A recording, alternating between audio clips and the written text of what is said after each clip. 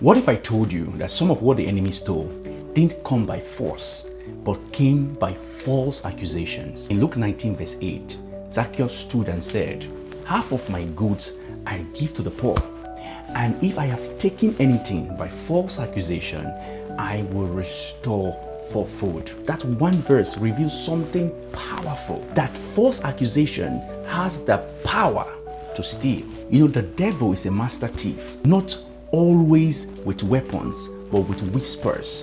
Revelation 12 verse 10 calls him the accuser of the brethren. So in heaven, he's known as the devil, aka the accuser of the brethren. He accuses you in your mind. He accuses you in your emotions. He accuses you in your past. He uses guilt to rob you of your joy. He uses shame to rob you of your peace. He uses people's opinion to steal your boldness. Before David ever confronted Goliath, his brother came to him in 1 Samuel 17 verse 28 and began to say certain things to him. He said, "What are you doing here? I know you are proud. Your heart is not right." And David responded and said, "What have I done?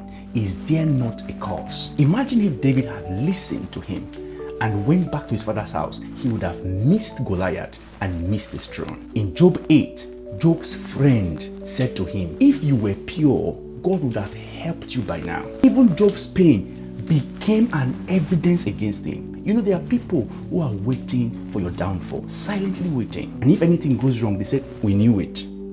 He's a phony, she's a phony."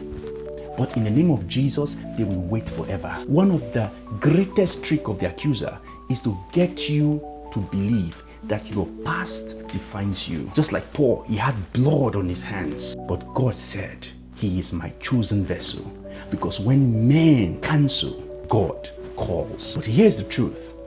If you are not word loaded, you'll be guilt flooded. It is the word of God that defends you against the accusations of the enemy. There is therefore now no condemnation to them who are in Christ Jesus, who walk not after the law, but after the Spirit. For the law of the Spirit has made you free from the law of sin and death. Romans 8 verse 1. Every tongue that rises against you in judgment, you shall condemn. Isaiah 54 verse 17. The word of God defends you. But don't just quote the word of God. Soak yourself with it. Let your spirit be saturated daily with the word, and then you will see the word working wonders for you. Let's pray very quickly. In the name of Jesus, Father, anyone and everyone who is watching right now, the yoke and the power of false accusation is broken over their lives. I pray right now that the voice of God will ring louder than the voice of the accuser, than the voice of the devil. And finally, I pray for fresh grace, fresh appetite to study the word of God. In Jesus' name, you are free. Amen.